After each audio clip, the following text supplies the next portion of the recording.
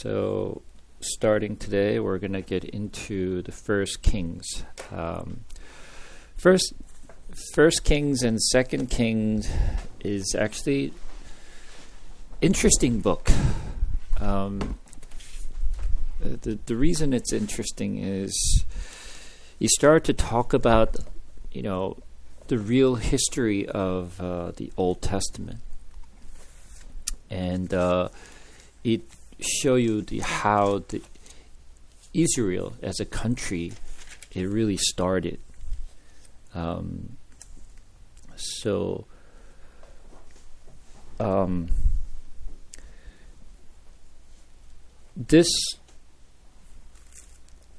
First King and Second King, and First Chronicle and Second Chronicle covers almost identical story. So you're going to see the same story repeated from two different books. I don't know if you ever had a chance to read both First and Second Kings and First and Second Chronicle, but the difference between the two books are in First King, you will see the history of all the kings of North Israel as well as the south of Judah. So it started from Solomon, right? And then after Solomon, Israel splits into two countries, north of Israel and south of Judah. And then he talks about all the kings of the north of Israel and the south of Judah, and the First King and Second Kings. So you will get to learn every kings and all the incidents that occurred between those two kings. First Chronicle and Second Chronicle, on the other hand, mostly talks about the kings of the south of Judah. It does not talk much about the North Israel kings. The difference between the kings of the north versus the kings of the south is the Judah is the kind of flows with David's descendants line, the direct descendants. The kings are coming from the David's line. Those are all the south of Judah.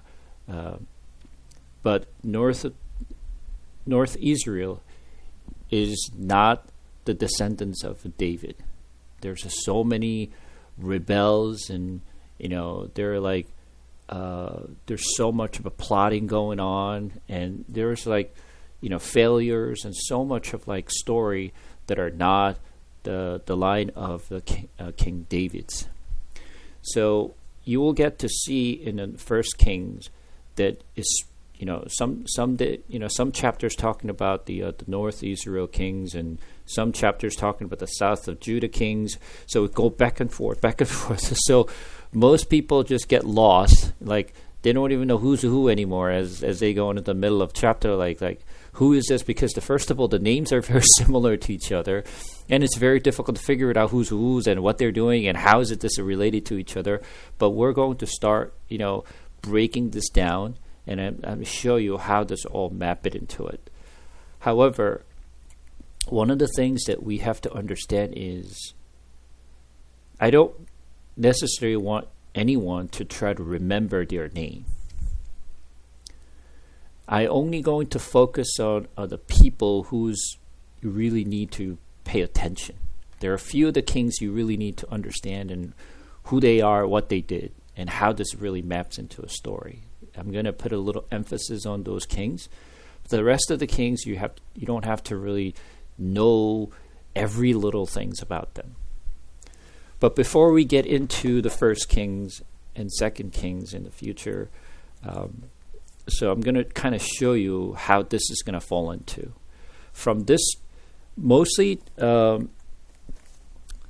First Kings, we're going to be reading somewhat differently than how we used to read this, the Bible, which means we've been reading chapter by chapters and book by books from Genesis, Exodus, and Leviticus, Numbers, and Deuteronomies, and Joshua, Judge, and so forth. We've been reading book by book. Starting from First Kings, it's going to be like we're going to be all over the place.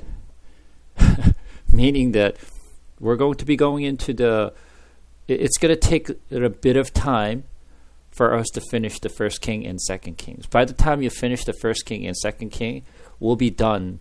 Almost like the 2/3 of the Old Testament is complete. That's how far we're going to go.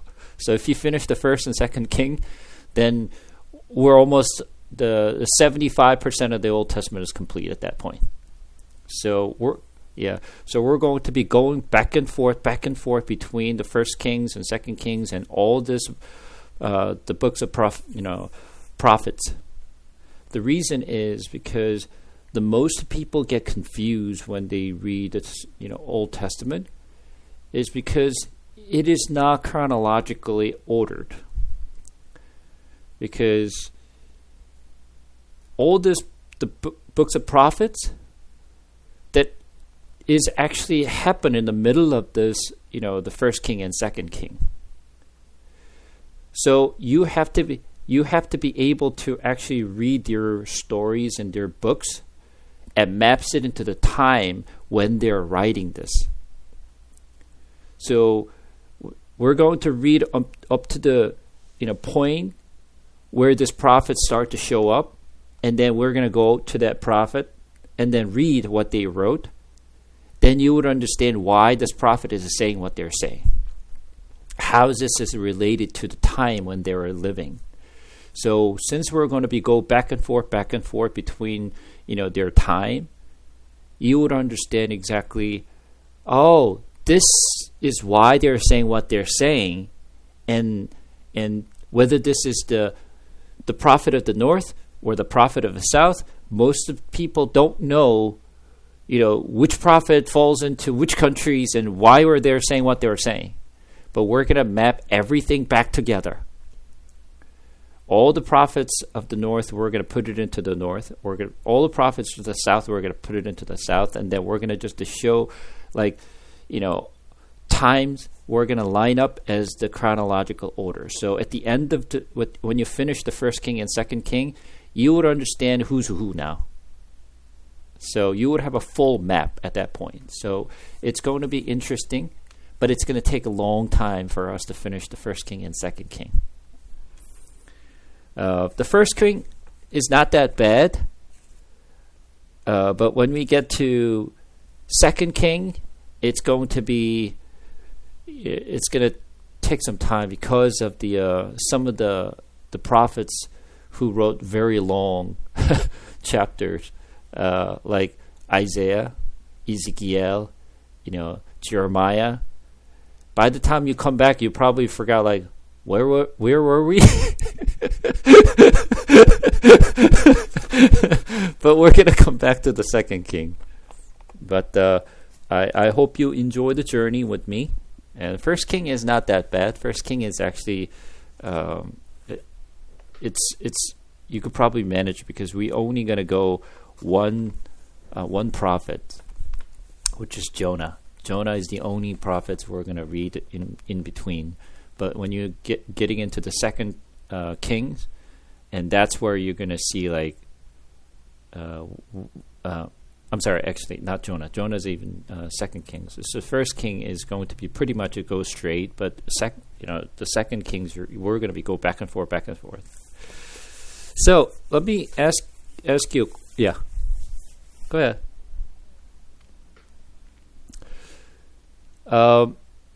We don't know.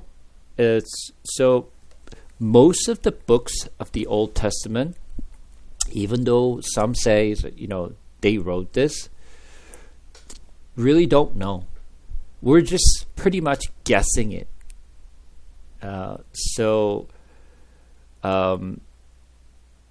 Many of the people the Jewish people believe that the First King and Second King was written by Jeremiah. That's what they believe. But is it true? nobody knows. And the First Chronicle and Second Chronicle was written by Ezra, but nobody knows.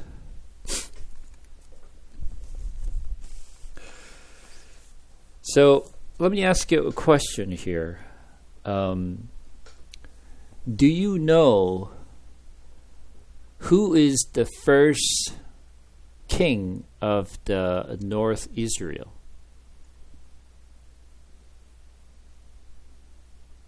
If you ever read First King and Second King, who is the first king of the North Israel?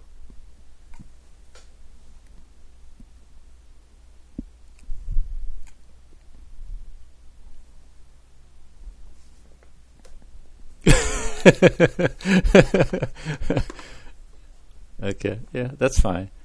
Then who is the last king of North Israel?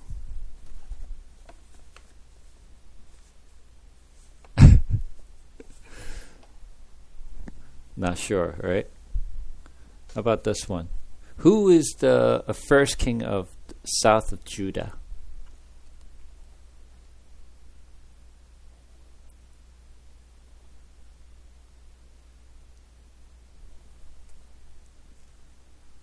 And who is the last king of the south of Judah?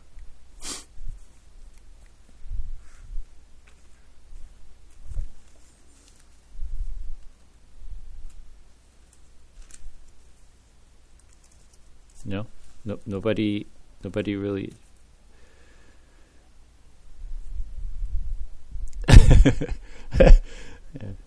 No, just the first king and the last king of the North Israel, and first king and the last king of the south of Judah.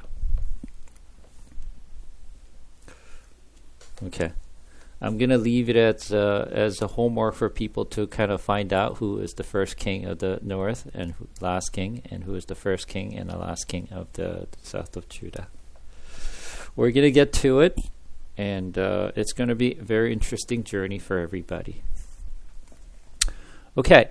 So let's turn to First King and Second King.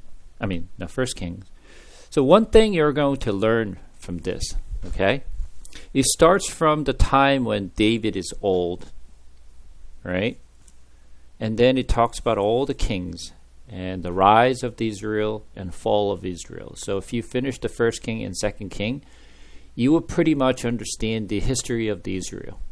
So when people ask you about the history of the Israel, you would have, you would have it in the back of your head. All right.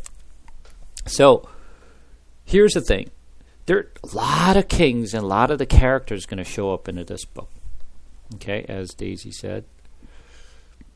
But I need you to see what this book is really talking about. It doesn't matter who the king is. What you will find is every kings, you will see, regardless whether they're north or the south, they fail. Everyone failed. So you need to kind of understand what Bible is trying to teach us through this. It's very simple. It does not matter who they are. It does not matter what positions they are at. Everyone will fail. This is the teachings of the Bible. You're going to get to read everyone's story, but every single one fail. So what is God trying to tell us through this story? And at the end, Israel is pretty much disappear. And at the end, fall of Judah as well. So both fail. Israel fail and Judah fail.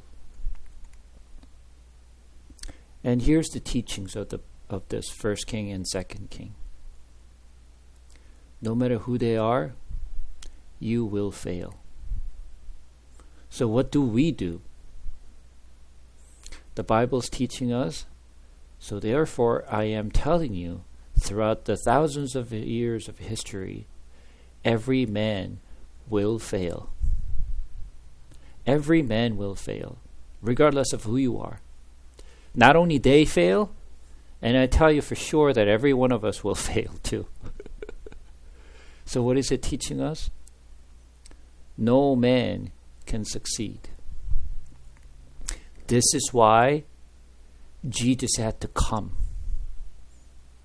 Because if he can succeed, Jesus does not have to come. We can just do it ourselves and make it successful. That's all. Jesus does not have to come to us. But what Bible is telling us is that everyone will fail. Therefore, Jesus had to come to save you, is what Bible is teaching us.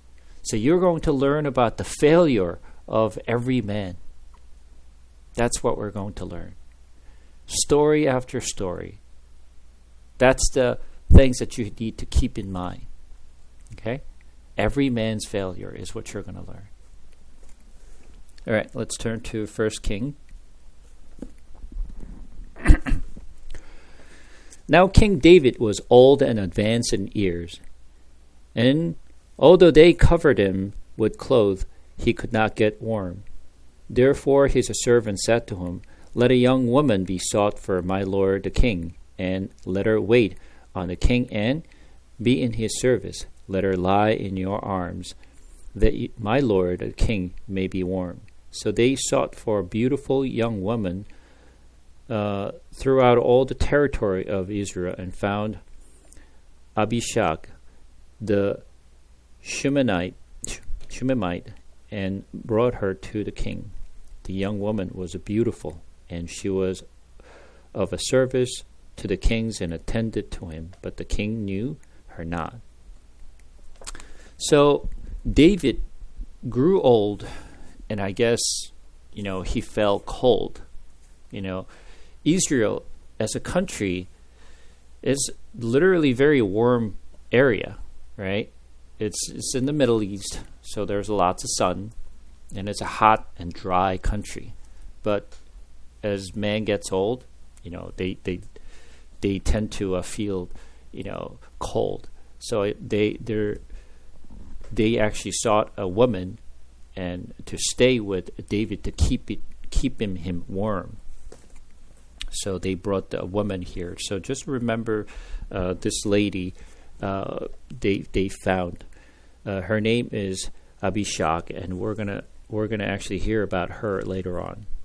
So continue on. Now Adonijah, the son of Haggith, exalted himself, saying, I will be a king.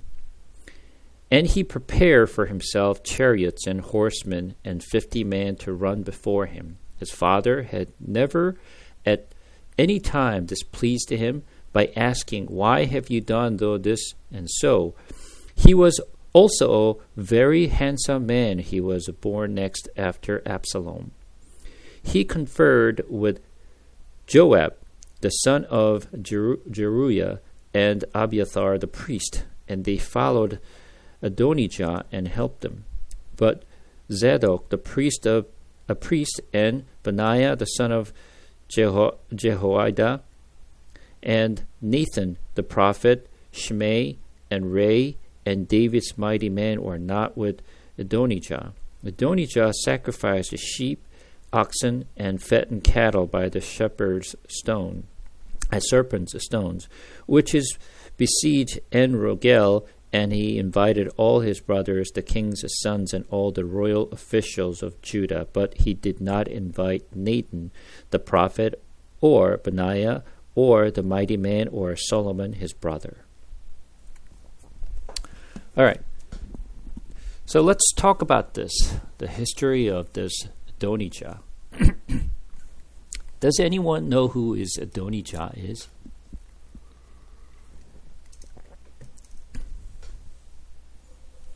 Okay. So let's talk about this for a moment. Yeah, he's a David's son, of course. And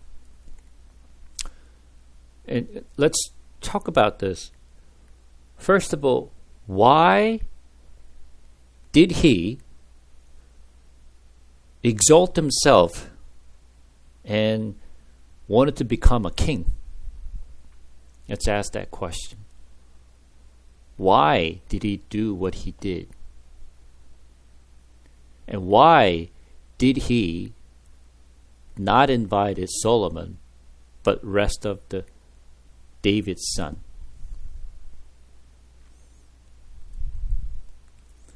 Was he being sneaky?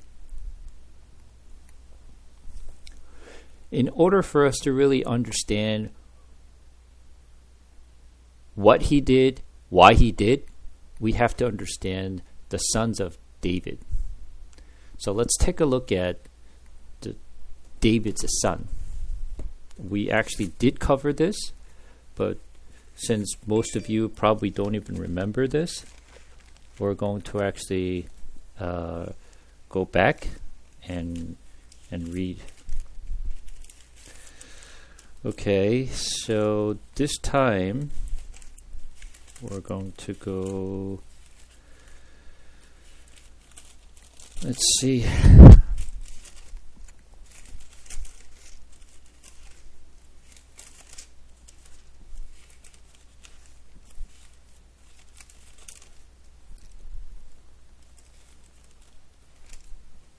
Let's turn to 2 Samuel. 2 Samuel chapter 3.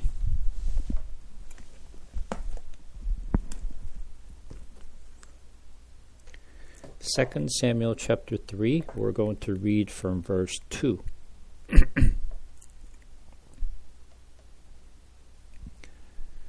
And sons were born to David at Hebron. His firstborn was Amnon of Ahinoam of Jezreel, and his second, Chileab of Abigail, the widow of Nabal of Carmel, and third, Absalom, the son of Maacah, the daughter of Talmai, king of Geshur, and the fourth, Adonijah, the sons of Haggith, and the fifth, Shephatiah, the son of Abiathar, and the sixth, Ithream of Eglah, David's wife. These were born to David in Hebron. So he talks about 6 sons of David. All these 6 sons were born when David was in Hebron, which means before he actually came to Jerusalem, because this happened before he actually take over the Jerusalem from the people of Hebron. So all these children were born when he was ruling the area of Hebron. So when we look at this, who is the first son? The first son is Amnon, as we know. Who is the Amnon? Amnon is the one who actually raped Absalom's sister, Tamar, right? And then eventually Absalom killed him, right? So the first son was killed. What about the second son? Second son was what? Huh? Daniel? No. The Chileab. Yeah? He's the second one. And he's the sons of Abigail. Who is Abigail?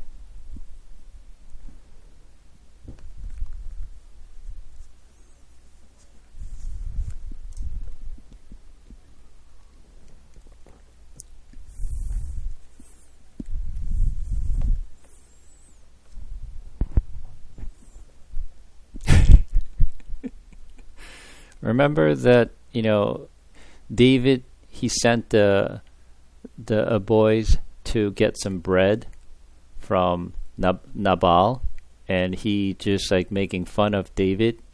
And then when the boy came back and reported David, and David was furious, and he was about to wipe out the family of Nabal, but his wife actually brought all this like bread and all these animals with her, and came and meet with David, and she apologized to David, and she offered all the foods to David. That's why they were able to actually forgave Nabal's, and then they went back. And later, when she came back home and he was completely drunk, and the next morning he actually reported to his husbands, and and he was shocked, and he was froze, and then died in 10 days. Remember that story?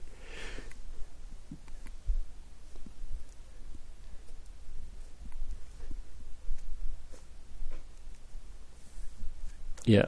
So Abigail was the wife of Nabal, which David took. So she was the second wife of David. And this Chileab, there is no mention of this man. So we don't know exactly what happened to this man, or the King's David. There's no mention at all. So we don't know exactly what happened to him. So either he died young, or he had no interest in becoming a political man. We don't know exactly what happened to him, but there's no mention of him. So we're just going to skip this person. And third is Absalom, as we know very well. Absalom we know very well, but he was killed by Joab as well. So the first king was killed. It's the second son. We don't know exactly what happened to him. Third, Absalom. We know he was killed. And fourth, who's the fourth? Yeah. Now, he was right next to Absalom. Right? So when you think about it, who should be the king? Who should succeed David? Right? If you follow the order, if Absalom was trying to become a king but he failed, right? Who's in the next line to become a king? Right? He is the one supposed to be king. So it was obvious for him, well, I'm next. I should be the king, right? Because I didn't rebel against my father, right? I'm in order. So I should be the king.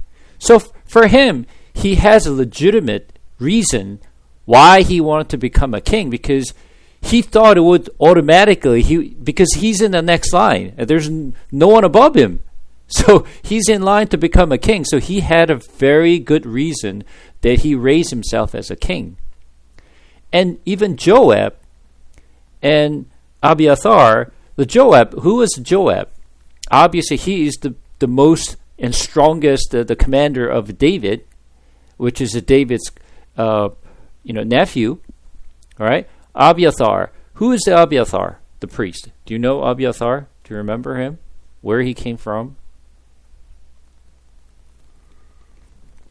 There are so many people's name come up, and you lose keep track of who's who, right? Who's Abiathar?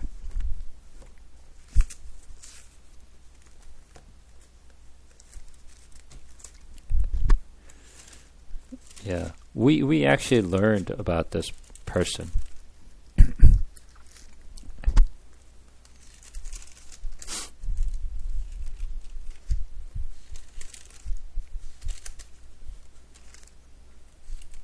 And see if you can actually find this person, Abiathar. Who is this person?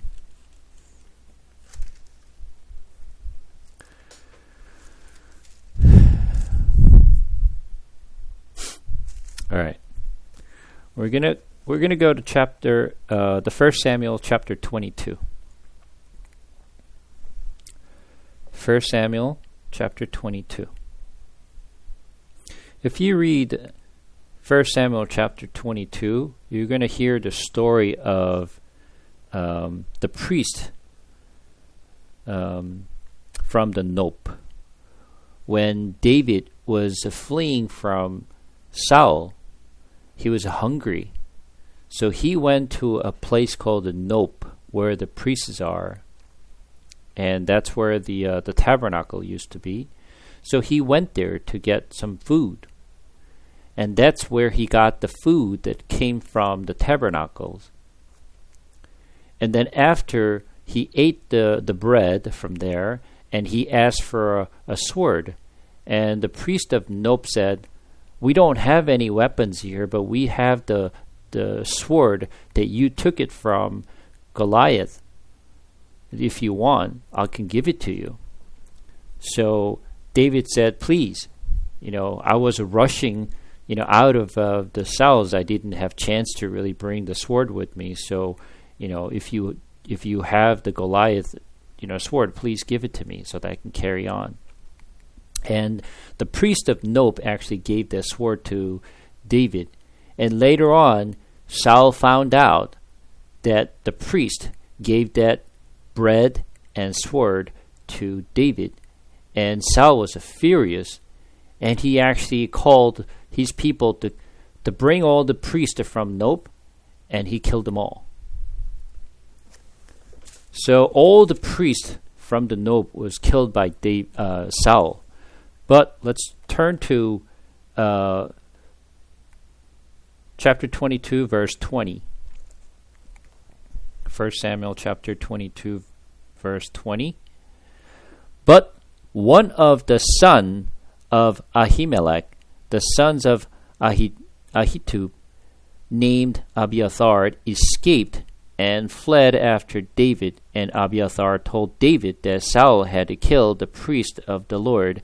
And David said to Abiathar, "I knew on that day when Doeg the Edomite was there that he would surely tell Saul, 'I have occasions the death of all the person of your father's house. Stay with me. Do not be afraid, for he who seeks my life seeks your life. With me you shall be in safekeeping.'" So Abiathar was the priest, only priest, was escaped from this massacre, and he came to David to save himself. So he was the only priest to survive from the place called Nope. And he stayed with David all the way until, he's done with his kingship. So now you know who Abiathar is. You know Joab very well, and now you know who Abiathar is. So you can kind of map these people and who's who. So he thought, Adonijah thought that as long as I have a control of the commander of David and the priest, I pretty much everything now that I need to become a king. I have a control of this army. I have a control of this, all this people of the priest. Then I'm done. I can become a king. That's the two controls that you need to have to become a king, right? So that's why he was with Joab and Abiathar, and he thought that now I'm ready to become a king. So he claimed himself as a king, and he brought all his sons of David and invited them to come to the house, except he did not invite Solomon's. And some of the folks who did not stay with Adonijah, such as there's a people, when you read verse 8, but Zadok the priest, and Benaiah the son of Jehoiada, and Nathan and prophet, Shimei and Ray and David's mighty men were not with Adonijah. So except those people, only Joab and Abiathar was with Adonijah, but the rest of the people did not stay with him. They continued to stay with David. And when he invited other David's son, except Solomon, now we need to figure it out. Why didn't he invite Solomon? If he was going to invite everyone, why didn't he invite everyone? Why he actually excluded Solomon from the list. This is something we need to understand. So let's just read a little more, and then we'll figure it out exactly what happened. Continue on. So we're going to read from verse 11.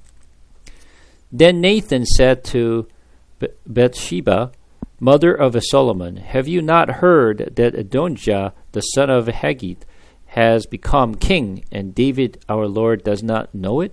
Now therefore come, let me give you advice that you may save your own life and the life of your son Solomon. Go in at once to King David and say to him, did you not, my lord the king, swear to my servant, saying, Solomon your son shall reign after me, and he shall sit on my throne? Why then is Adonijah king? Then while you are still speaking with the king, I also will come in after you and confirm your words. So Bathsheba went to the king in his chamber. Now the king was very old, and Abishag the Shunammite was attending to the king. Bathsheba bowed and paid homage to the king, and the king said, what do you desire? She said to him, my lord, you swore to your servant by the Lord your God, saying, Solomon your son shall reign after me, and he shall sit on my throne. And now, behold, Adonijah is king. Although you, my lord, the king, do not know it, he has sacrificed oxen, fattened cattle, and sheep in abundance, and he has invited all the sons of the kings, Abiathar the priest, and Joab the commander of the army, but Solomon, your servant, he has not invited. And now, my lord the king, the eyes of all Israel are on you, to tell them who shall sit on the throne of my lord the king after him. Otherwise it will come to pass, when my lord the king sleeps with his fathers, that I and my son Solomon will be counted offender. While she was still speaking with the king, Nathan the prophet came in, and they told the king, here is Nathan the prophet. And when he came in before that king, he bowed before the king, and with his face to the ground. And Nathan said, my lord the king, have you said, Adonijah shall reign after me, and he shall sit on my throne? For he has gone down this day, and has sacrificed oxen, fattened cattle, and sheep in abundance, and has invited all the king's sons, the commanders of the army, and Abiathar the priest. And behold, they are eating and drinking before him, and saying, Lord, long live King Adonijah. But me, your servant, and Zadok the priest, and Benaiah the son of Jehoiada, and your servant Solomon, he has not invited. Has this king been brought about by my lord the king, and you not told your servant who should sit on the throne of my lord the king after him? Then King David answered, call Bathsheba to me. So she came into the king's presence and stood before the king, and the king swore, saying, as the Lord lives, who has redeemed my souls out of every adversary, as I swore to you by the Lord, the God of Israel, saying, Solomon your son shall reign after me, and he shall sit on my throne in my place. Even so will I do this day. Then Bathsheba bowed with her face to the ground and paid homage to the king, and said, may my lord King David live forever. King David said, call to me Zadok the priest, and Nathan the prophet, and Benaiah the son of Jehoiada. So they came before the king, and the king said to them, take with you the servant of your lord, and have Solomon my son ride on my own mule, and bring him down to Gihon, and let Zadok the priest and Nathan the prophet there anoint him king over Israel. Then blow the trumpet and say, long live King Solomon. You shall then come up after him, and he shall come sit on my throne, for he shall be king in my place. And I have appointed him to be ruler over Israel and over Judah. And Benaiah the son of Jehoiada answered the king, amen. May the Lord, the God of my lord the king, say so. As the Lord has been with my lord the king, even so may be with Solomon, and make his throne greater than the throne of my lord King David. So Zadok the priest, and Nathan the prophet, and Benaiah the son of Jehoiada, and the Cherethites, and the Pelethite went down and had Solomon ride on King David's mule and brought him to Gihon. There Zadok the priest took the horn of oil from the tent and anointed Solomon. Then they blew the trumpet, and all the people said, "Long live King Solomon!" And all the people went up after him, playing on pipes and rejoicing with great joy, so that the earth was split by their noise. Adonijah and all the guests who were with him heard it as they finished feasting. And when Joab heard the sound of the trumpet, he said, "What does this uproar in the city mean?" While he was still speaking, behold, Jonathan, the son of Abiathar the priest, came. And Adonijah said, "Come in, for you are a worthy man, and bring good news." Jonathan answered Adonijah, "No, for our lord the king David has made a Solomon king, and the king has sent with him Zadok the priest, and Nathan the prophet, Benaiah the son of Jehoiada, and the Cheresite, and the Pelethite. And they had him ride on the king's mule, and Zadok and the priest and Nathan the prophet have anointed him at Gihon, and they have gone up from there rejoicing, so that the city is in an uproar. This is the noise that you have heard. Solomon sits on the royal throne. Moreover, the king's servant came to congratulate our lord King David, saying, May your God make the name of Solomon more famous than yours, and make his throne greater than your throne. And the king bowed himself on the bed. And the king also said, Blessed be the Lord, the God of Israel, who has granted someone to sit on my throne this day, my own eyes seeing it. Then all the guests of Adonijah trembled and rose, and each went his own way. And Adonijah feared Solomon. So he rose and went and took hold of a horn of the altar. Then it was told Solomon, Behold, Adonijah feared King Solomon. For behold, he has laid hold of the horns of the altar, saying, Let King Solomon swear to me first that he will not put his servant to death with the sword. And Solomon said, If he will show himself a worthy man, not one of his hairs shall fall to the earth. But if wickedness is found in him, he shall die. So King Solomon sent, and they brought him down from the altar. And he came and paid homage to King Solomon. And Solomon said to him, Go to your house. Okay, so from this story, we're going to just take a look at a few things we're going to find out. First of all, we now know why Adonijah, raised himself up as a king with Joab as well as Abiathar, because he thought he has the full control of David's kingdom by actually putting Joab on his side as well as the Abiathar on his side. Then, obviously, because he was right next to Absalom, automatically he thought he will become a king. But as you can see here, there was a reason why he did not invite Solomon to his feast. And for those of the people who we hear the name, which is, we hear the story of Nathan's and Benaiah and Zadok's and Benaiah's, all of these people did not really, stay with Adonijah, but he stayed with the King David. And they were not invited to the feast either. So whoever is not really with Adonijah, he did not invite to the feast. So here's the question. Now, as soon as Nathan heard this news that Adonijah became, he just claimed himself as a king, so he went to Bathsheba and told her, and said, Quick, let me actually give you the plan. This is what you must do in order for you to do, to save yourself and also save your son's life. So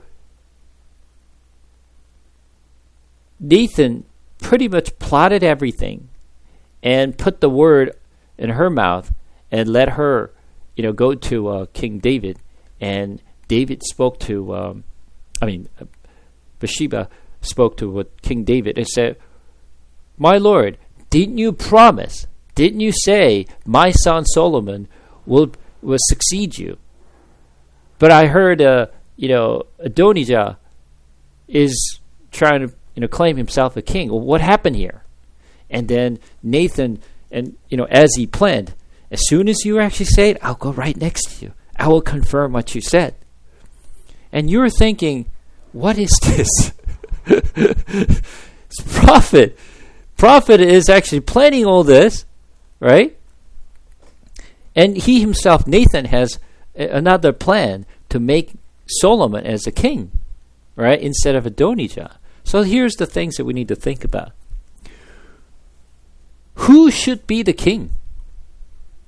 Adonijah or Solomon?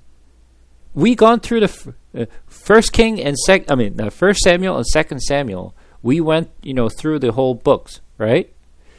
Did David ever promise to Bathsheba and said, "Your son Solomon will be the king"?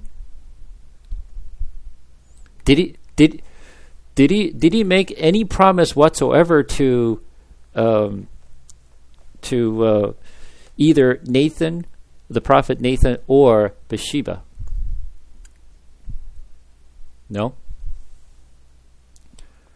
So then, is this prophet Nathan making up a story and lying in front of King David to make Solomon as a king?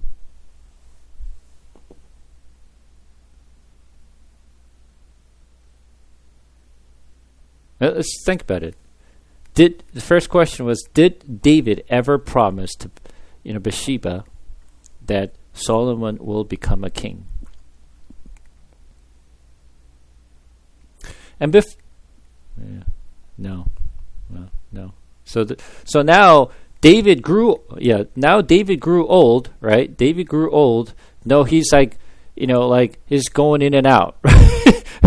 Right? He doesn't remember exactly what he said in the past, right? He's going in and out. So it's like, is Nathan trying to just kind of use it for his advantage to say, you said it before? Like sometimes our spouse tells us, you said it. Did I?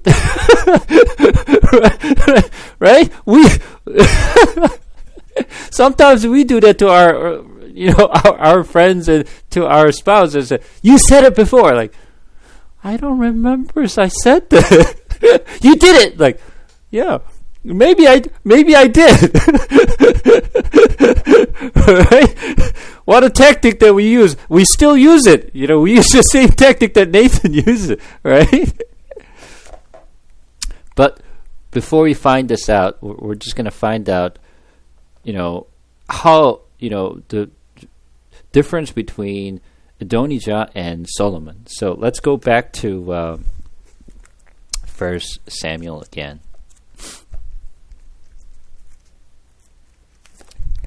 Whether, let's find out a few things here.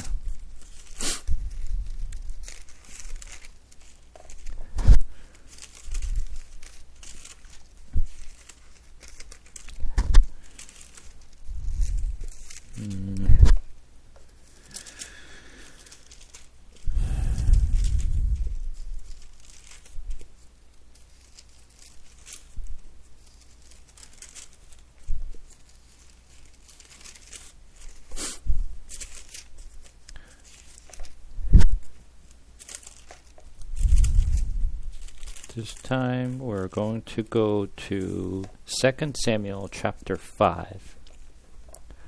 2 Samuel chapter 5. We're going to read from verse 13 and on. And David took more concubine and wives from Jerusalem after he came from Hebron, and more sons and daughters were born to David. And these are the names of those who were born to him in Jerusalem: Shammua, Shobab, Nathan, Solomon, Ibihar, Elishua, Nepheg, Japhia, Elishama, Eliada, and Elpelet. The names that are not familiar except Solomon. We have no idea who these people are. Never even heard of it. Never even, remember reading this. Okay? But there's a lot of sons. right? So now we actually learn of some of those sons. When, before he came to Jerusalem, he has 6 sons, right? Up to 6 sons. And after he moved to Jerusalem and moved the city to Jerusalem, and after that, in Jerusalem, he had the rest of the sons, which is named it here. Most of the names that we read here is like we don't know who these people are. We only know Solomon. We don't know anybody else, right? But important part is, now take a look at Solomon. He was the 10th son of David. He was the 10th son. Adonijah was 4th, right? Adonijah was the 4th son, and Solomon was the 10th son. So as you can see here, probably there's a pretty big gap between Adonijah and Solomon, because it was a 10th son versus a 4th son. So Adonijah must be much older than Solomon. So Solomon was much younger. Adonijah was a big brother, literally. Even though he was a stepbrother, he was a big brother. But when you actually listen to what Solomon's saying to Adonijah, we don't see the age gap, right? Now, we're going to have to find out whether David ever promised to, Bathsheba that Solomon will become a king. So, let's take a look at whether that ever happened. So we're gonna be in mission to figure this out.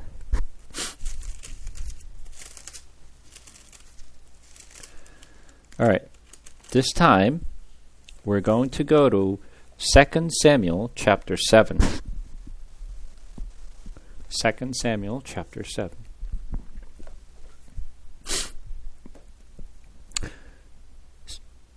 Second Samuel chapter 7 talks about when David wanted to actually build a temple for the Lord.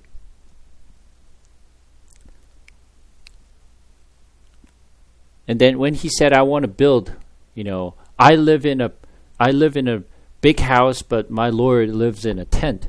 So when he actually spoke to Nathan, the God actually spoke through Nathan and speak to David. So we're going to read from verse 8 and on.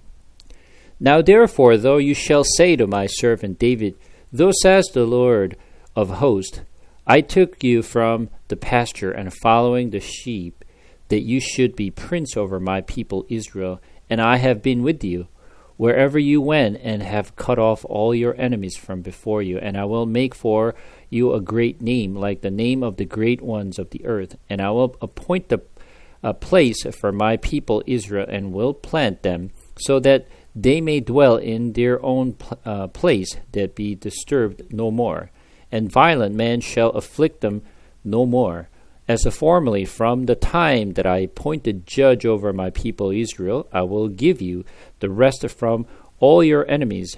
Moreover, the Lord declares to you that the Lord will make you a house. When your days are fulfilled, you lie down with your fathers. I will raise up your offspring after you. You shall come from your body, and I will establish his kingdom. He shall build a house for my name, and I will establish the throne of his kingdom forever. I will be to him a father, and he shall be to me a son. When he commits iniquity, I will discipline him with the rod of man, with the stripe of the sons of man. But my steadfast love will not depart from him, and I took it from Saul, whom I put away from before you. And your house and your kingdom shall be made sure forever before me. Your throne shall be established forever. In accordance with all these words, and in accordance with all this vision, Nathan spoke to David. Okay, so first of all, God spoke to David through Nathan and delivered this message. Okay? When did God spoke to David? David was in Jerusalem. Right? David was in Jerusalem. David is not Hebron anymore. He already moved to Jerusalem. Right? So what God said to David through Nathan is, I will give the kingship to your sons who will come to your sons. So when you read verse 12 carefully, when your days are fulfilled, you lie down with your father. I will raise up your offspring after you, who shall come from your body, and I will establish his kingdom. So that means that son hasn't come in yet. Right? That son hasn't come in yet. Because Adonijah was already born in Hebron. So God already told David, it's not Adonijah. Neither Absalom nor anyone. He already told David, it's not Amnon, it's not Absalom, it's not Adonijah, or it will come. So this promise was done before the Solomon was born. So Nathan already knew it is not Adonijah, because he was the one who delivered this message to David. So he already knew Adonijah is not the king who will succeed David. Right? So literally, we at least found out that Nathan knew that Adonijah is not the king that God appointed to succeed as a king. Right? Which is actually better. So this time, now we're going to go, we're going to go a little farther out this time. We're going to go to First Chronicle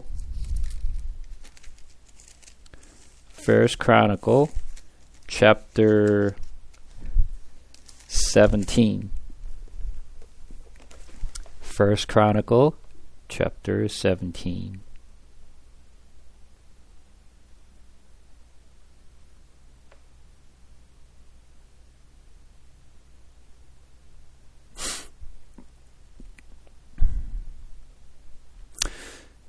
First Chronicle chapter 17 is exactly the same things what we just read from First Samuel chapter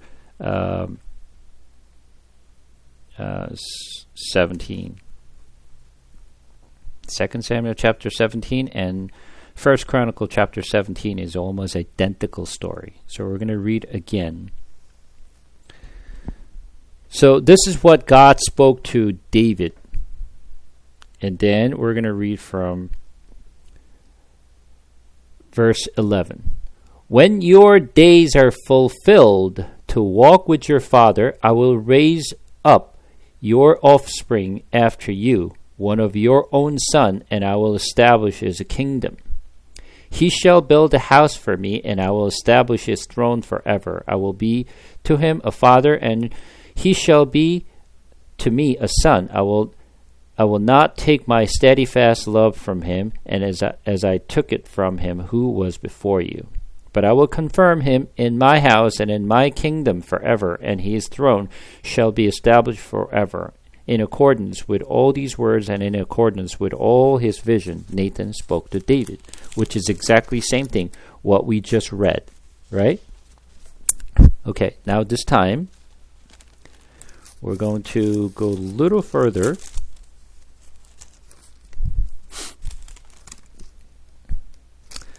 Now, chapter 22 this time.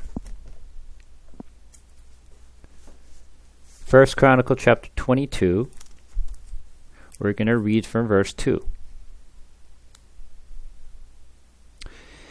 David commanded to gather together the resident aliens who were in the land of Israel, and he set stone cutters to dress the stone for building the house of God. David also provided a great quantities of iron for nails, for the doors of the gates, and for clamps. He as well as bronze in quantities beyond weighting, and cedar timbers without numbers. For the Sidonians and Tyrians brought great quantities of cedar to David. For David says, Solomon, my son is young and inexperienced, and the house that is to be built for the Lord must be exceedingly magnificent, of fame and glory throughout all lands. I will therefore make preparation for it. So David provided the material in great quantity before his death. Then he called for Solomon his sons, and charged him to build a house for the Lord, the God of Israel. David said to Solomon, my son, I had it in my heart to build a house to the name of the Lord my God, but the word of the Lord came to me, saying, you have shed much blood, and have waged a great war. You shall not build a house to my name, because you have shed so much blood before me on the earth. Behold, a son shall be born to you, who shall be the man of rest. I will give him the rest from all his surrounding enemies, for his name shall be Solomon, and I will give peace and quiet to Israel in his days. He shall build a house for my name. He shall be my son, and I will be his father, and I will establish his royal throne in Israel forever. Now, did David promise that Solomon will be a king?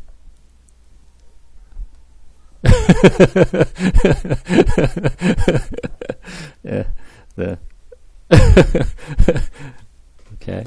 We clearly see there was a promise, right, that David made that Solomon will be the king succeeding, him.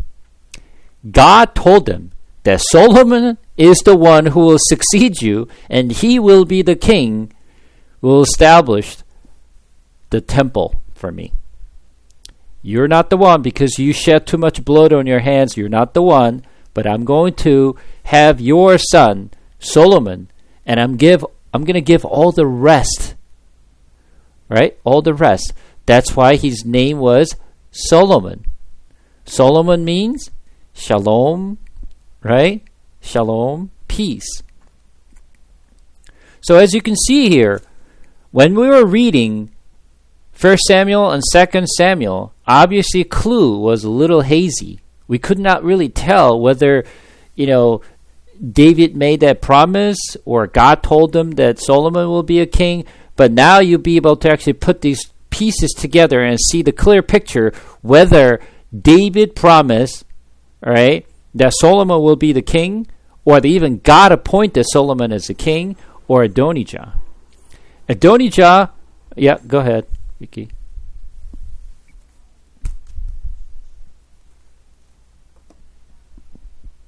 Yeah.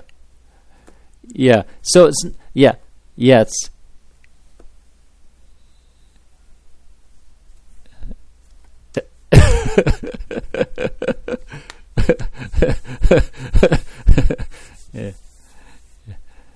yeah. So now you clearly see the promise that God made to David that Solomon will succeed, the king, right? So Nathan was not making it up. He was not lying. He's the one who delivered this message to David, so he knew that Solomon is the king, will become the next to the David.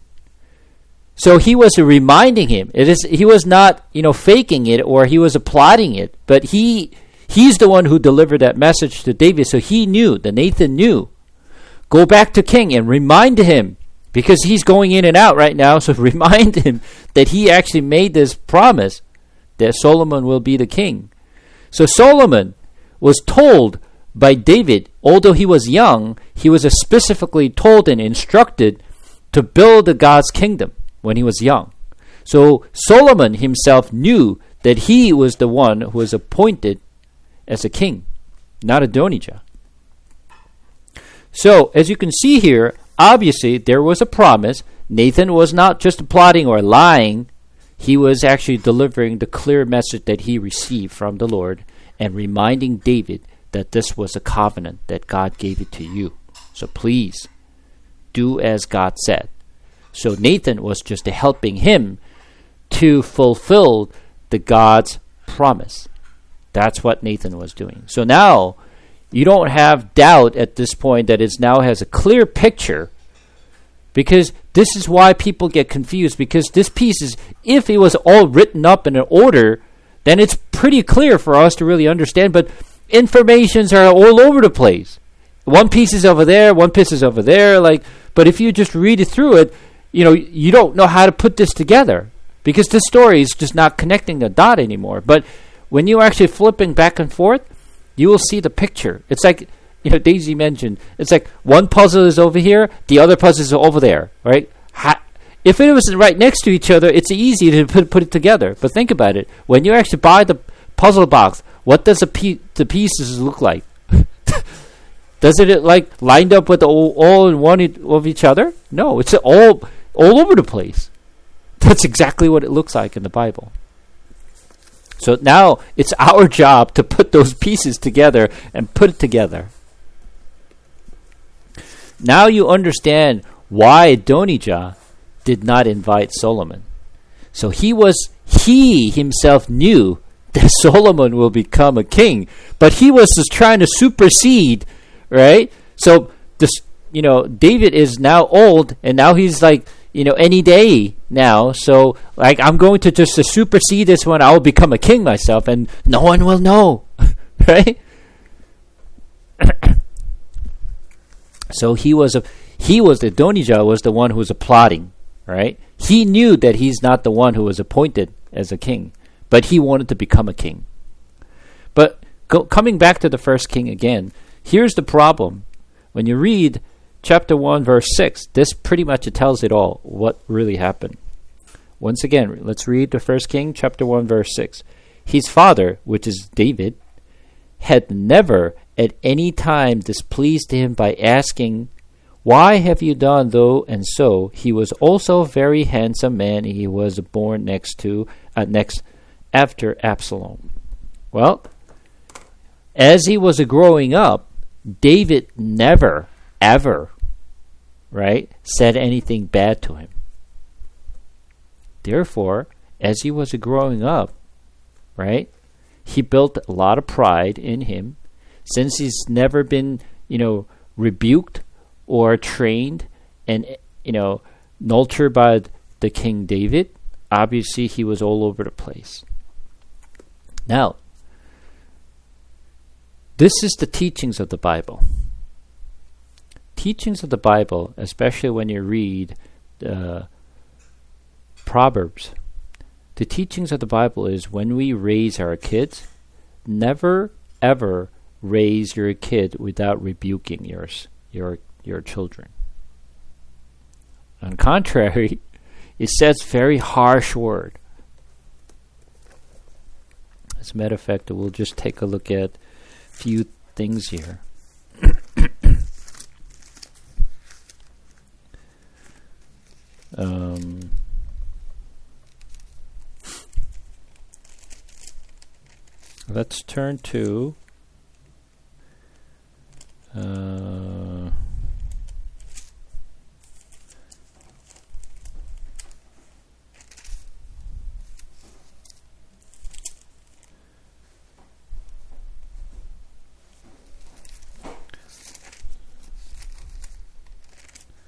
Let's turn to Proverbs for a second. Proverbs.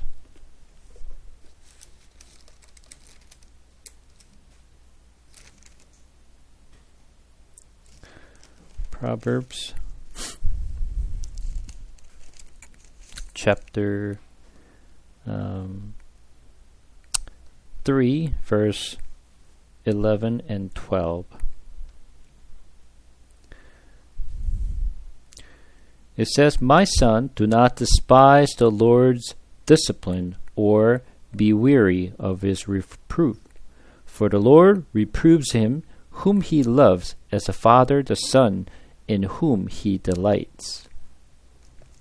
So, just never raise your son just saying, or only just saying, "I love you."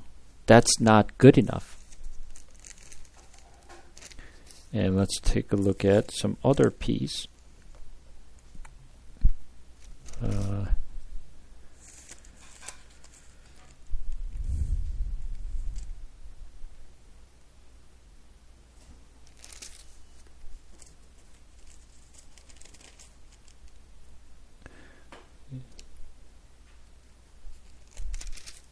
Let's turn to this time.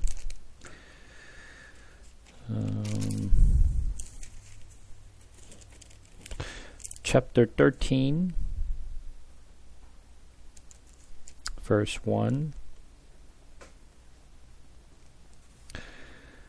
A wise son hears his father's instructions, but a scoffer does not listen to rebuke. So, Bible tells us to rebuke the sons because you love your sons. And verse 24, it gets worse.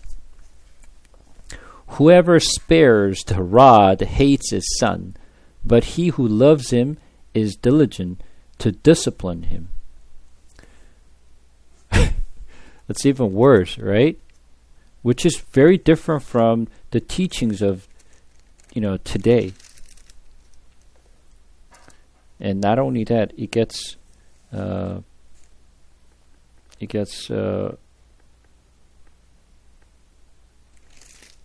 worse. Let me just find another one.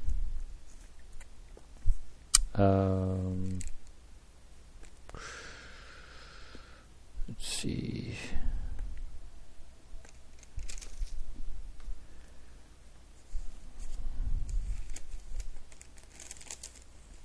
Let's turn to chapter 19.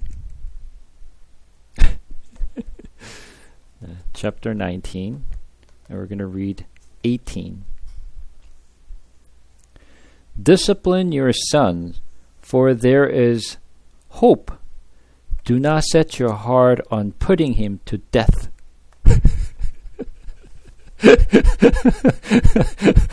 Let's read again. Exactly.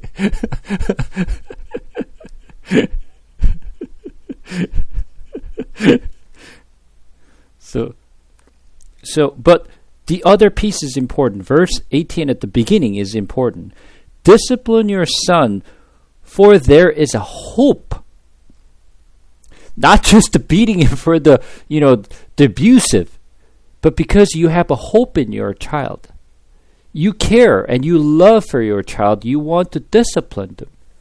You have to actually use the rod to discipline your son because you care, because you have a hope in him.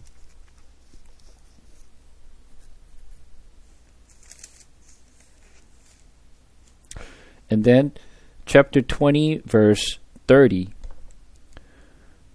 Blow that wound, cleanse away evil. Strokes may clean the innocent in most parts. So what is he saying? Blows the wound, cleanse away evil. So which means you have to beat him up to take him to the right path. And then turn to chapter 22, verse 15. Folly is bound up in the heart of a child, but the rod of discipline drives it far from him. What does he say?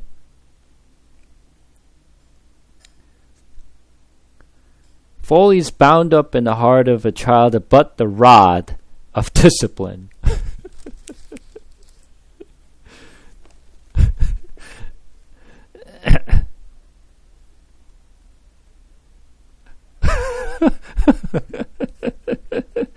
Now, turn to chapter 23 this time. Verse 13 and 14. Do not withhold discipline from a child. If you strike him with a rod, he will not die.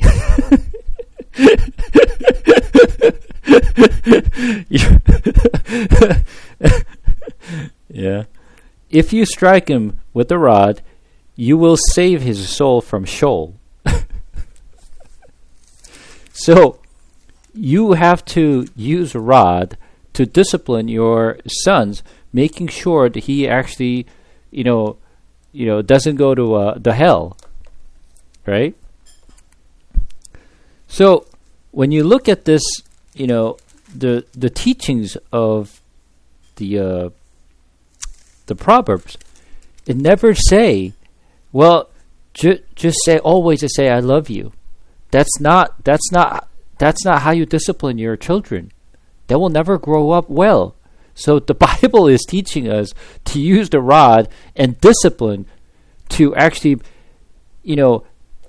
putting them to the right path, not with like your fury or your madness, because you care, because you love, because you have a hope, because you want them to go to where they're supposed to go to. That's the teaching. But if you do something like this, obviously you will be ended up in jail. You'll be ended up in jail if you do what the Bible said today.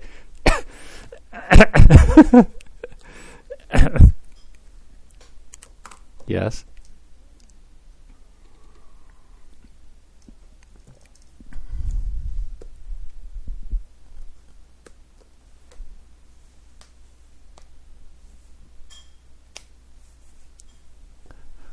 That's an excellent question. So, yes, Solomon received all the wisdom from the Lord, right? He was the most wise man in the entire world, right? And then he did not have a single son, right? With very disciplined. Why is that? He's the one who actually wrote this, but you know what? He's the one who did not follow what he wrote. He did not follow this. Because remember, he's the one who wrote, right, Proverbs, right? He wrote, the Ecclesiastes, right? He wrote all this good teachings, but he himself did not follow the teachings of himself. Right? That's why he did not have the sons who followed it. But remember this. When we as a Christian should get married and have a child. The reason is, if you have a child, you will quickly learn this, that your child does not follow your instruction. The teachings you give, they don't follow. You try to just steer them to the right path, and they will not listen. By, working with your child, this is the things you learn. This is you before the Lord. He tells you to do, but you don't follow. You always try to do something else. You are seeing yourself through your child. You yourself before the Lord. That's exactly what you are. So even myself, when I talk to my child, and I see them and talk to them, and I see myself through them, that's me. That's me, who's exactly behaving in before my Heavenly Father. I don't listen to him. I just always deviate from him, and then ask question, why? Why? Why do I have to do this? Right? Exactly. Exactly.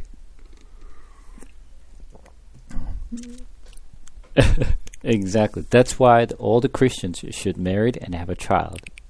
Because through that marriage, the relationship between your partners and the child, and your relationship with your father and your parents, you will learn the relationship between me and my Father, Heavenly Father. Because my Father and me is actually teaching me when I'm a child of of our parents, I learn, what I feel as a child. Right? Because I have a parent. I feel what I feel as a child. That is how we feel, because we're sons of God. We feel as a child of God. At the same time, when I'm married, I have a partner. Jesus is my husband. We are the wife. The church is the wife, right? So we're learning the relationship. So how does actually the partner relationship works? And now we have a child. Now we became a parent. We actually teach and try to steer them and guide them, nurture them, discipline them. They just don't listen. Now we learn the heart of God. This is how my Heavenly Father feels about me. When I do some foolish things, right? How He feels. He's letting us to feel exactly how our Father feels through our child. And God is telling us, I want you to feel what I feel. Of course, this is a fraction of what I feel. Still, I want you to feel it out. See yourself how I feel. So we, as parents, now raising our child and watching them, they're rebelling against us, not listening to our instructions. You feel like,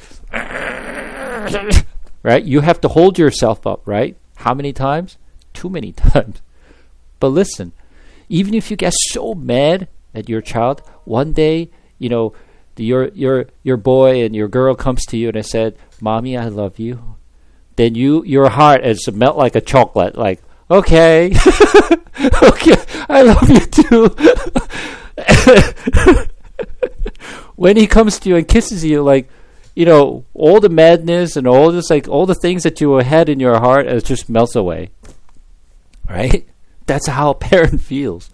Now you feel how God feels. That's how much He loves us too. So you have to raise the kids to feel God's heart. And at the same time, this is it. As much as we have a heart for our child that we love them so much that we want to raise them right. And we want to steer them to the right path. But since they don't listen, right? This is what God is teaching us. God cannot do anything about us either. He, our Heavenly Father, is trying to discipline us and trying to steer us to the right path. So He strikes us with the rod and He puts us in a very difficult situation, right? We still don't listen, right? So that way, we learn. It is not God who changes my heart. It is me who changes my heart. Right? So we learn. Even if David or anyone and all the great people, including Moses, including Samuel, and all these great people that we read in the Bible, what happened to their sons? Their sons failed. Is that because their faith was weak? They did not trust in the Lord? No, that's got nothing to do with them. It's just children did not listen to their parents, and they just did whatever they want. Remember, God loved Israel so much, but Israel did whatever they want, and God had to cut them off. Right? God could not change the Israelites' heart. God could not change the people of Judah, their heart. Still can't today. God still cannot change the Israelites' heart. God cannot change my heart either. So this is why I said before, like, now you're learning. We were learned from church that, we have to pray for our parents and pray for our children. Say, Lord, please make them believe you. How foolish that prayer is. Because the God will say to you, like, I want that more than you do. But I can't change. God cannot change our heart at all. They have to change. So we're learning through the Bible. It is not them. It is not their fate. It's got nothing to do with your fate. You cannot force your children to believe in the Lord. You cannot give your faith to anyone. You cannot give your faith to your husband or wife, your children, your parents, your friends, none of them. You could only share But that's all you can do. They themselves have to believe in. Not you, nor the God.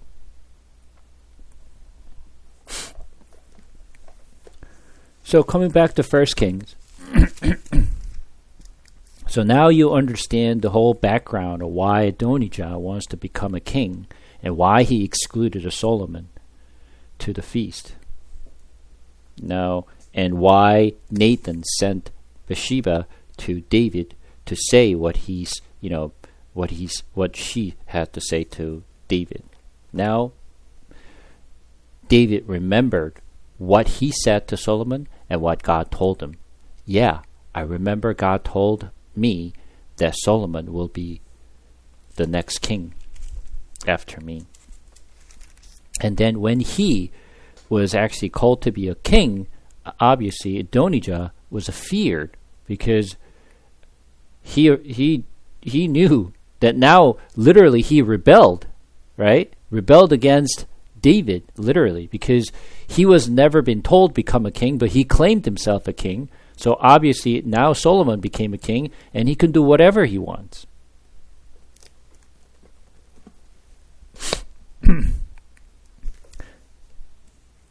Now, chapter 2, hopefully at least we can...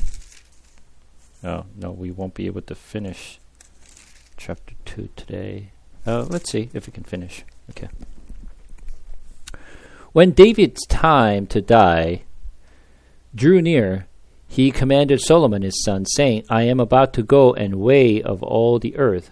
Be strong, and show yourself a man, and keep the charge of the Lord your God, walking his way, and keeping his statutes, and his commandments, his rules, and his testimonies, as it is written in the law of Moses, that you may prosper in all that you do, and wherever you turn, that the Lord may establish his word that he spoke concerning me, saying, if your son pay close attention to their way to walk before me in faithfulness with all their heart and with all their souls, with all you shall not lack a man on the throne of Israel. Now, here's the thing. Now he's actually giving instructions to his son Solomon to do this. Now I'm going to ask you a question. Did David do this?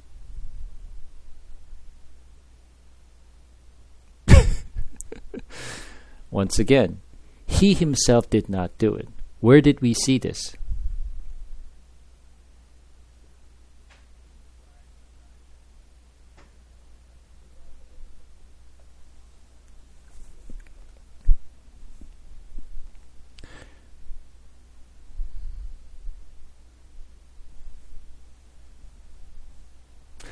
He himself failed to follow the law of Moses, right?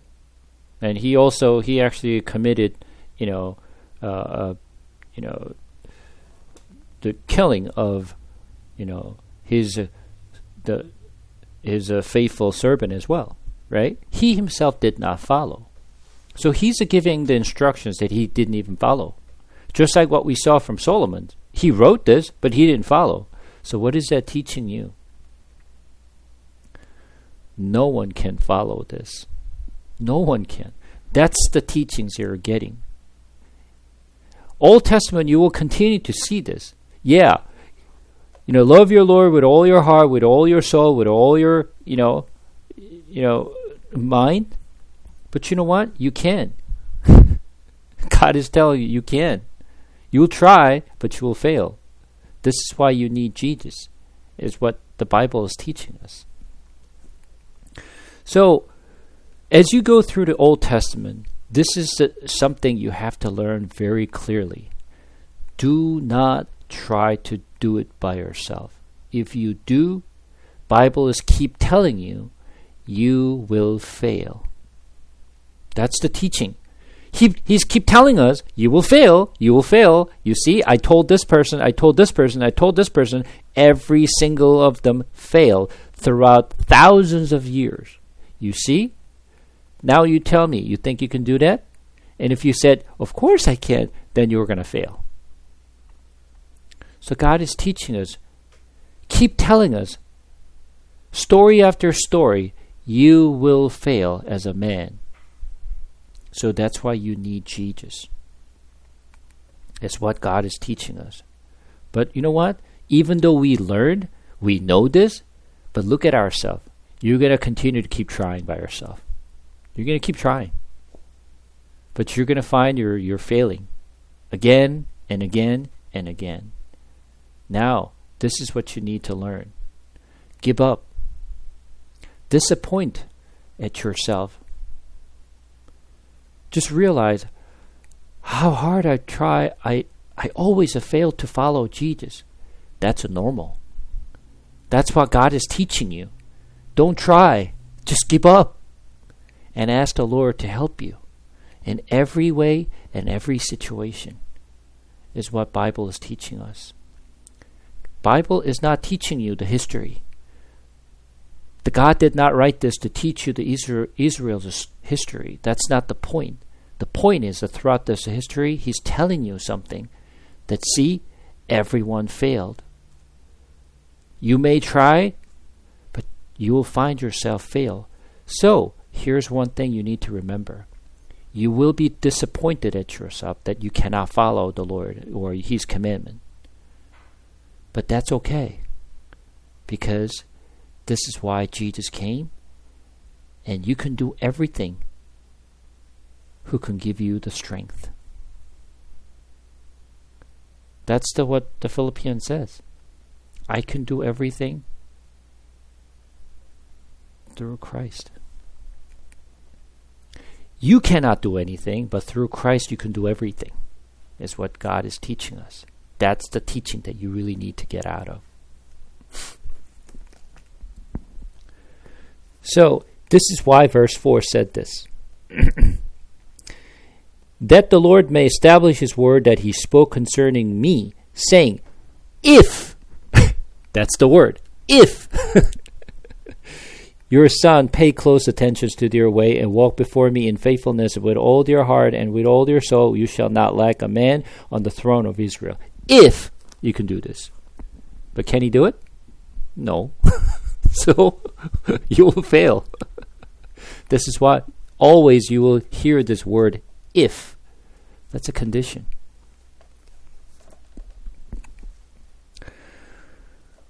Moreover, you also know that Joab, the son of Zeruiah, did to me, how he dealt with the two commanders of the armies of Israel, Abner, the son of Ner, Amasa, the son of Jether, whom he killed, avenging in time of peace for blood that he had been shed in war, and putting the blood of war on the belt around his waist and on the sandals on his feet. Act therefore according to your wisdom, but do not let his gray head go down to Sheol in peace. What is he telling him?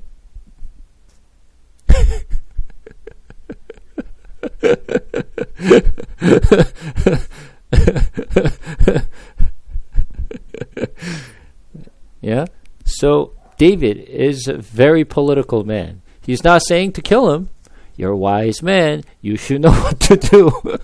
Right? He's not.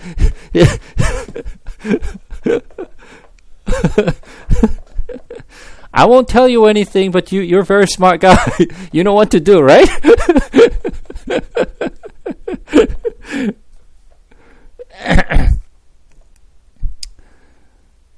But dealt loyally with the son of Barzillai the Gileadite, and let him be among those who eat at your table, for with such loyalty they met me when I fled from Absalom your brother.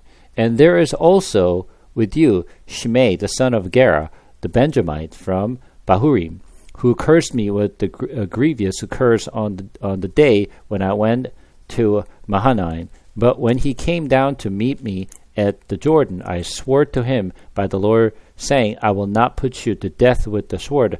Now therefore, do not hold him guiltless, for you are a wise man. You will know what to do to him, and you shall bring his gray head down with blood to Sheol.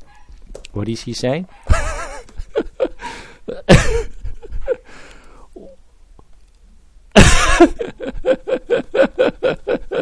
Okay, I made a vow to him that I will not kill him. All right, I'm not gonna, but I will not do anything. But you're a smart man, and you know what to do.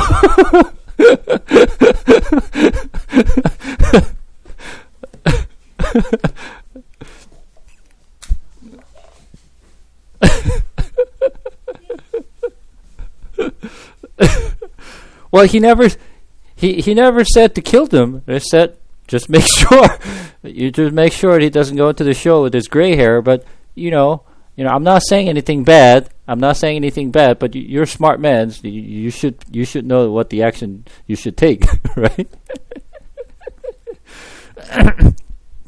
Well, what are politicians? What a word he's saying, right? Remember, this is the man. This is man. It doesn't matter who it is. Even David is like this. So you learn how we praise about how faithful the David was, how he loved the Lord. It's great, but at the same time, he's nothing more than a man. He's to symbolize Jesus, but he himself is not Jesus. So he shows the failure of David. So this is what Bible is teaching us. Do not follow the characters of the Bible. Moses, Abraham, David, Samuel is not the one who you should follow. They're all men. They failed just like you fail. So do not make them as your hero. They're not the one who you should follow. There's only one to follow. Jesus is the only righteous, guiltyless, sinless God. Is the only one you should follow. No one else. Even Paul is not the one you should follow. It's only Jesus who you should follow. Period. This is what Bible is teaching us. Because every one of us fail. This is why Paul claimed, I'm not worthy. He knew himself who he was. Don't follow me.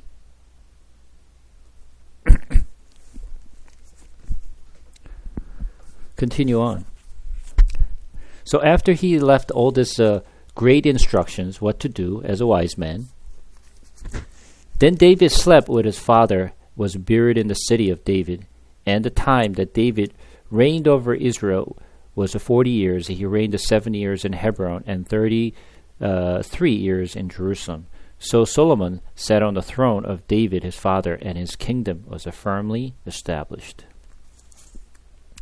Then Adonijah, the son of Haggith, came to Bathsheba, the mother of Solomon, and she said, Do you come peacefully? He said. Peacefully. Then he said, I have something to say to you. She said, Speak. He said, You know that the kingdom was mine.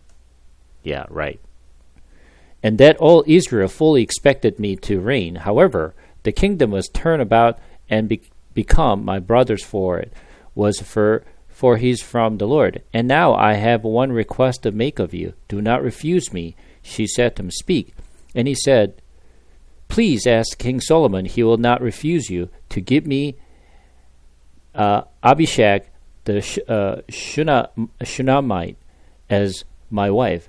Bathsheba said, Very well, I will speak for you to the king. So Bathsheba went to King Solomon to speak to him on behalf of Adonijah. And the king rose to meet her and bowed down to her. Then he sat on his throne and had the seat brought for her, the king's mother, and she sat on the right. Then she said, I have one small request to make of you. Do not refuse me. And the king said to her, Make your request, my mother, for I will not refuse you. She said, Let Abishag the Shunammite be given to Adonijah, your brother, as his wife. King Solomon answered his brother, And why do you ask Abishag the Shunammite for Adonijah? As for him, the kingdom also, for he is my older brother. And on his side are Abiathar the priest, and Joab the son of Zeruiah.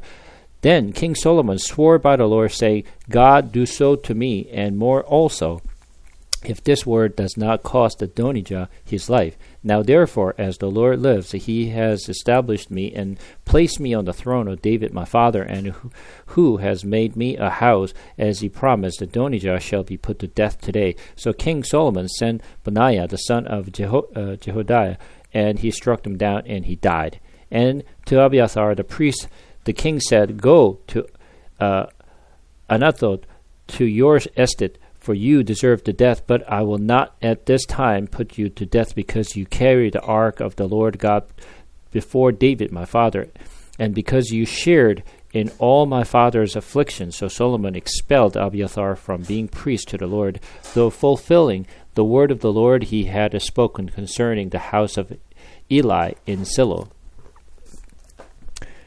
When the news came to Joab, for Joab had supported Adonijah, although he had not supported Absalom, Joab fled to the tent of the Lord and caught hold of the horn of the altar. And when it was told to King Solomon, Joab had fled to the tent of the Lord, and behold, he is beside the altar. Solomon sent Benaiah the son of Jehoiada, saying, Go strike him down. So Benaiah came to the tent of the Lord and said to him, The king commands to come out. But he said, No, I will die here. Then Benaiah brought the king word again, saying, Though, said Joab, and though he answered me, the king replied to him, Do as ye had said, strike him down and bury him, and though take away from me and from my father's house the guilt for the blood of Joab shed without cause. The Lord will bring back his blood deeds on his own head, because without the knowledge of my father David he attacked and killed with the sword the 2 men more righteous and better than himself, Abner the son of Ner, the commander of the army of Israel, and Amasa the son of Jether, the commander of the army of Judah. So shall their blood come back on the head of Joab and on the head of his descendants forever. But for David and for his descendants and for his house and for his throne, there shall be peace from the Lord forevermore. Then Benaiah the son of Jehoiada went up and struck him down and put him to death, and he was buried in his own house in the wilderness. The king put Benaiah the son of Jehoiada over the army in place of Joab, and king put Zadok the priest in the place of Abiathar. Then the king sent and summoned the Shimei, said to him, Build yourself a house in Jerusalem and dwell there, and do not go out from there to any place whatever. For on the day you go out and cross the border Kidron, know for certain that you shall die. Your blood shall be on your own head. And Shimei said to the king, What you say is good, as my lord the king has said. So your servant will your servant do. So Shimei lived in Jerusalem many days. But it happened at the end of 3 years that 2 of the Shimei's servants ran away to Achish, son of Maacah, king of Gath. And when it was told Shimei, Behold, your servants are at Gath, Shimei arose and settled on donkey and went to Gath to Achish to seek his servant. Shimei went and brought his servant from Gath. And when Solomon was told that Shimei had gone from Jerusalem to Gath and returned, and king sent and summoned to Shimei and said to him, Did I not make you a swear by the Lord and solemnly warned you, saying, Know for certain that on the day you go out and go to any place whatever, you shall die? And you said to me, What you say is good, I will obey. Why then have you not kept your oath to the Lord and the commandment with which I commanded you? The king also said to Shimei, You know in your own heart all the harms that you did to David my father, so the Lord will bring back your harm on your own head. But King Solomon shall be blessed, and the throne of David shall be established before the Lord forever. Then king commanded Benaiah the son of Jehoiada, and he went out and struck him down, and he died. So the kingdom was established in the hand of Solomon. So finally, as a wise man, he did what he's out to do, as he was instructed. As a wise man, he did exactly what he's supposed to do, and clean out all the messes and bring everything in control. Right? So, but think about this. A couple of things we're going to learn from here. Remember Abiathar? He was the priest who fled from Nob and saved himself up, right? But he was the descendants of Eli. Remember Eli? Eli from the very beginning of the first Samuel, right? And then God told Eli that your, family will be destructed, will be ended. That was a promise God made to Eli, right? Because his son brought the Ark of Covenant, and actually they lost their Ark of Covenant to Philistine at the time, right? So now finally that promise God made to Eli's family is fulfilled at this point.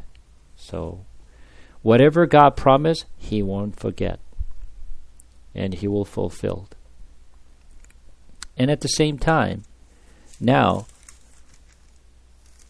how long the King David ruled Israel? Total?